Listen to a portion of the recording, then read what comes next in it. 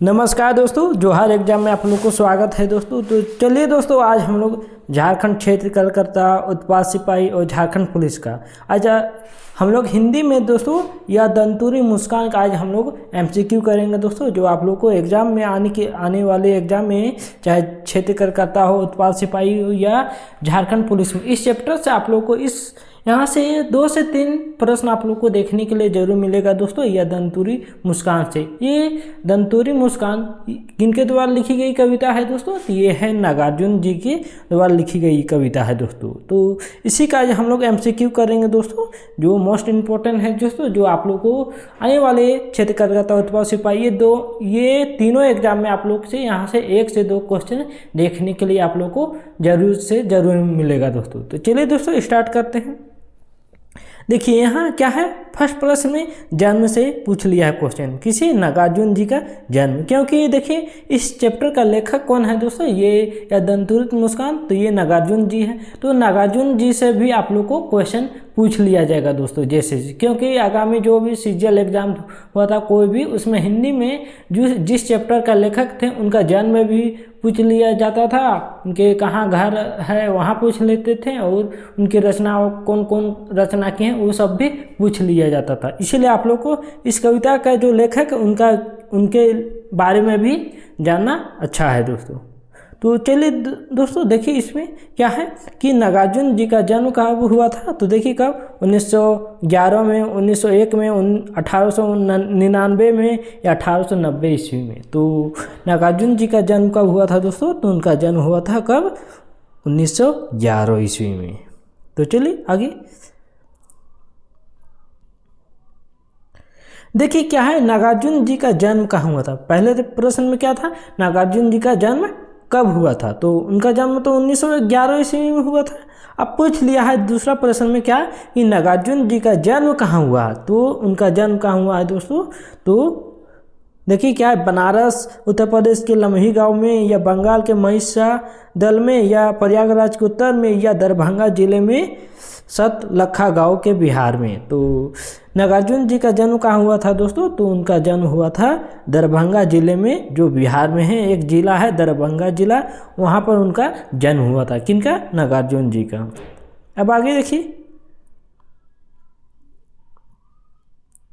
क्या है कि नागार्जुन का मूल नाम क्या था? तो नागार्जुन जी का मूल नाम क्या था दोस्तों?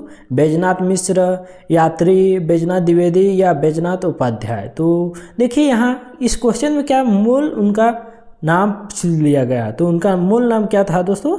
बैजनाथ मिश्र। तो इसका right answer option number A correct हो जाएगा। आगे देखिए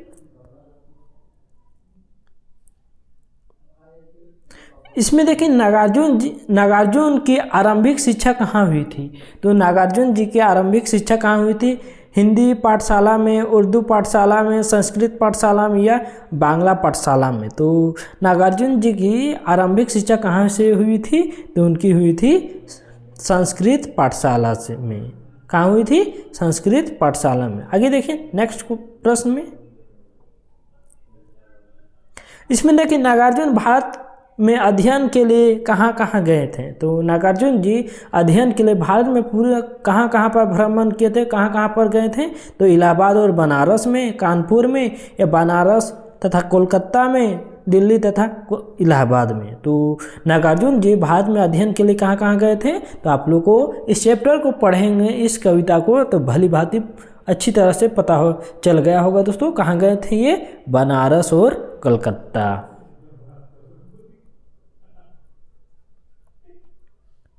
अब देखिए बौद्ध धर्म की शिक्षा हेतु नागार्जुन श्रीलंका किस वर्ष गए थे? तो देखिए क्या है कि बौद्ध वर्ष जो शिक्षा प्राप्त करने के लिए नागार्जुन जी श्रीलंका किस वर्ष गए थे? दिए गए थे आप लोग को। देखिए ऑप्शन में कौन कौन सा दिया, 1936 में, 1926 में होगा, या 1916, 1946 में। तो बौद्ध धर्म की शिक्षा प्राप्त करने के लिए नागार्जुन जी कब गए थे? दिए गए थे 1936 ईस्वी में गए थे। कब गए थे? 1936 ईस्वी में।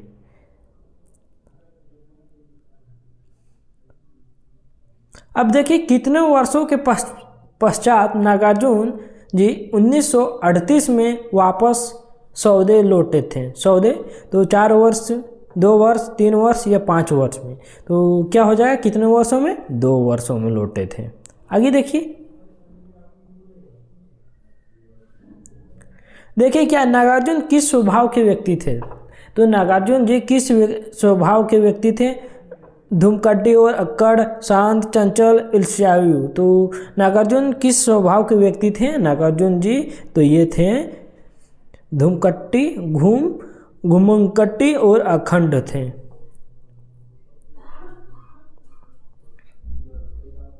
अब देखिए नागार्जुन का संपूर्ण साहित्य किस नाम से प्रकाशित हुआ। तो नागार्जुन जी का एक साहित्य थी, तो नागार्जुन का संपूर्ण साहित्य किस नाम से प्रकाशित हुई थी। नागार्जुन का साहित्य, नागार्जुन रचनावली, नागार्जुन ग्रंथवाली या नागार्जुन का जीवन। तो इसका राइट आंसर क्या हो जाएगा दोस्तों, तो नागार्जुन की जो संपूर्ण साहित्य थी ये थी नागार्जुन रचनावली। कौन थी, नागार्जुन रचनावली। ऑप्शन नंबर बी इसका करेक्ट आंसर हो जाएगा। आगे देखिए, देखिए इसमें क्या है, नागार्जुन की एक रचनावली में कुल कितने खंड थे। तो नागार्जुन की एक रचनावली थी, उसमें कितने खंड थे, 4, 6, 7, 8। तो उसमें कितने खंड थे, तो उसमें 7 खंड थे। कितने थे, 7 खंड।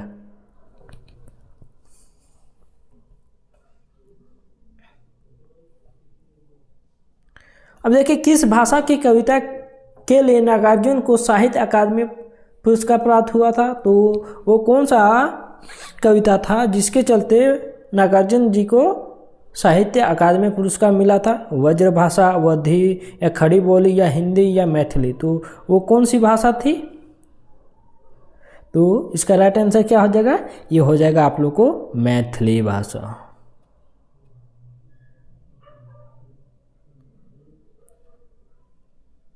अब देखिए मैथिली भाषा में नागार्जुन किस नाम से प्रसिद्ध थे। तो किस नाम से प्रसिद्ध है, बैजनाथ मिश्र, बैजनाथ द्विवेदी, यात्री या बाबा। तो किस नाम से प्रसिद्ध थे, तो ये थे दोस्तों, तो ये यात्री नाम से प्रसिद्ध थे।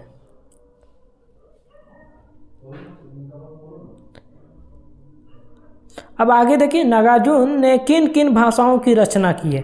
तो नागार्जुन जी ने किन किन भाषाओं में रचना की है, तो हिंदी और मैथिली, संस्कृत, बांग्ला या उपरोक्त में सभी। तो इसका राइट आंसर क्या हो जाएगा दोस्तों, तो इसमें हो जाएगा उपरोक्त में सभी हो जाएगा, क्योंकि नागार्जुन जी ये चारों भाषाओं में रचना किए हैं दोस्तों। कौन कौन सा भाषा है, ये देखिए हिंदी भी होगा, मैथिली, संस्कृत और बांग्ला। इस चारों भाषाओं में नागार्जुन जी बहुत ही रचना किए हैं। कविता हो, उपन्यास हो या कुछ भी हो, रचना, उपन्यास, नाटक, ये सब ये चारों भाषाओं में ये अपने बहुत सारी भाषाओं में रचना किए हैं।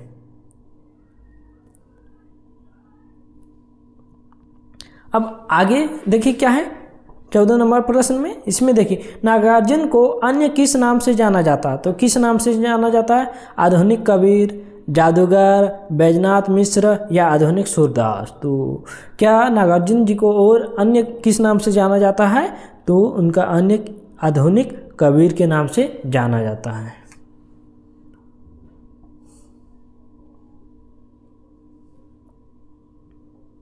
देखिए नागार्जुन की मृत्यु कब हुई थी। तो नागार्जुन जी की मृत्यु कब हुई थी, 1988 ईस्वी में, 1963 में, 1998 में या 1976 ईस्वी में। तो नागार्जुन जी की मृत्यु कब हुई थी, उनकी मृत्यु हुई थी 1998 में। कब, 1998 ईस्वी में। आगे देखिए,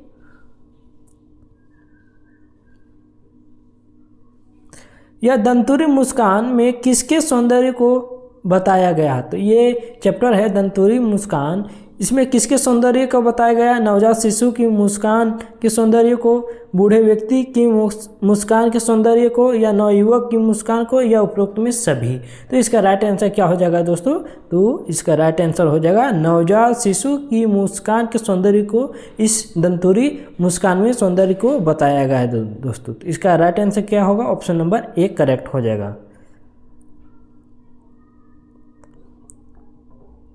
अब देखिए इसमें खेलने के बाद बच्चे का शरीर किससे भर जाता है। तो थकान से, धूल से, मिट्टी से, बाल से। तो खेलने के बाद ऑब्वियसली पता होगा दोस्तों, खेलने के बाद क्या होता है, शरीर किससे भर जाता है, तो ये भर जाता है दोस्तों ये कविता के माध्यम से, तो यहाँ धूल से, समझे, ये कविता के माध्यम से, यहाँ इसका राइट आंसर क्या हो जाएगा, तो ये धूल हो जाएगा। आगे देखिए, देखिए क्या, धूल से भरे बालक का शरीर किसके समान है, तो किसके समान है दोस्तों, कमल के फूल के समान, पत्थर के समान, मिट्टी के समान या कठोर वस्तु के समान। तो धूल से भरे बालक का शरीर किसके समान है दोस्तों, तो कविता के अनुसार, तो ये किसके अनुसार है, तो ये है धूल के, नहीं सॉरी, कमल के फूल के समान। किसके समान, कमल के फूल के समान। आगे देखिए,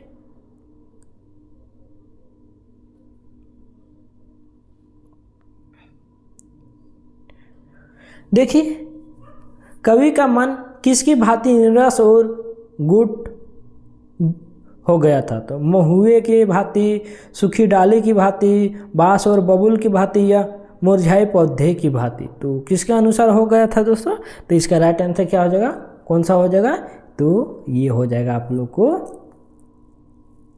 बांस और बबूल की भांति। आगे देखिए क्या है, देखिए कविता में किस रस का समावेशन होता है, तो इस कविता में किस रस का समावेशन है, देखिए श्रृंगार रस का, हास्य का, वीर या वात्सल्य का। तो कौन सा रस का समावेशन है इस कविता में, दंतोनी मुस्कान में, जो नागार्जुन जी के द्वारा लिखी गई है, तो ये है कौन सा रस का है, तो वात्सल्य रस का है। अब इसमें देखिए क्या है, कवि किससे आकर्षित होते हैं, तो कवि जी कविता में किससे आकर्षित होते हैं, शिशु की मुस्कान से, शिशु के रोने से, शिशु के घुंघराले बाल से, या शिशु के धूल में सने देखकर। तो कवि जी किससे आकर्षित होते हैं, तो इसका राइट आंसर क्या हो जाएगा, तो ये हो जाएगा शिशु की मुस्कान से आकर्षित होते हैं।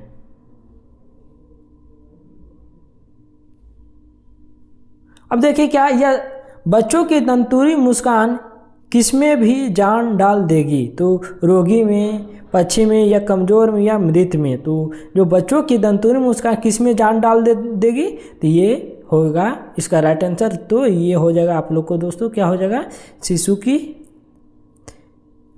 किस में डाल देगा कवि, इसका राइट आंसर क्या हो जाएगा, आप लोग बताइए जल्दी, तो इसका राइट आंसर जल्दी बताइए आप लोग, तो एक बार कमेंट बॉक्स में एक बार जरूर बताइएगा। तो इसका राइट आंसर क्या हो जाएगा, तो ये हो जाएगा मृतक में। किस में, मृतक में। आगे देखिए,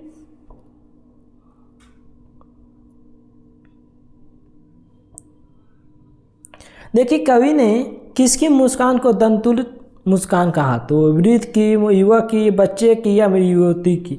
कवि जी किसकी मुस्कान दंतुलित का मुस्कान कहे थे, तो ये किसकी मुस्कान, तो ये कहे थे दोस्तों ये बच्चे की मुस्कान को।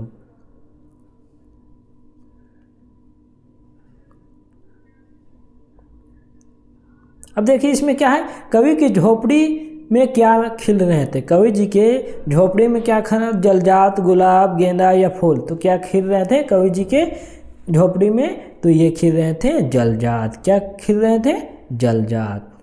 आगे देखिए, देखिए क्या है 25 नंबर प्रश्न में कि क्या हुआ यदि हो सके परिचित ना पहली बार, यदि तुम्हारी माँ ना माध्यम बनी होती तो आज मैं ना सकता देख।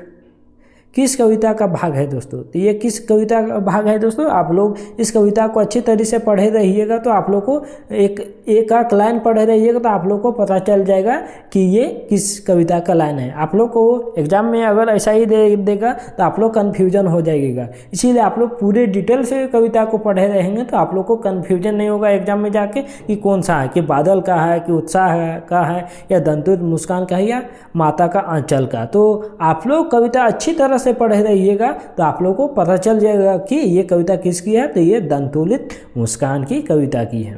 समझे। आगे देखिए,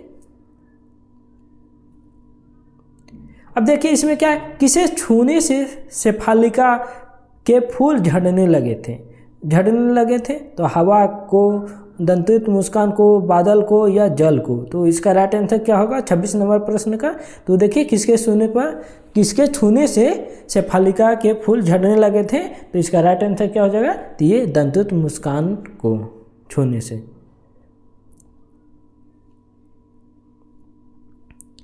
अब देखिए अनिमेष देखना का अर्थ क्या होगा। ये देखिए इस कविता में अनिमेष देखना का अर्थ क्या हो जाएगा, रुक रुक कर देखना, कभी कभी देखना, लगातार देखना या इनमें से कोई नहीं। तो इसका राइट आंसर क्या हो जाएगा दोस्तों, अनिमेष देखना का अर्थ। तो इसका राइट आंसर हो जाएगा आप लोग को क्या हो जाएगा, तो 27 नंबर प्रश्न का लगातार देखना। क्या हो जाएगा इसका, लगातार देखना। आगे देखिए क्या है, कवि और छोटे बच्चों के परिचय का माध्यम कौन बनाता है। तो कौन बनाता है दोस्तों, कवि और छोटे बच्चों के परिचय का माध्यम कौन बनाता है। तो बच्चे की माता, बच्चे की दादी, या बच्चे की बहन या बच्चे का भाई। तो इसका राइट आंसर क्या होगा 28 नंबर प्रश्न का, तो ये हो जाएगा आप लोग को बच्चे की माता हो जाएगा। आगे देखिए,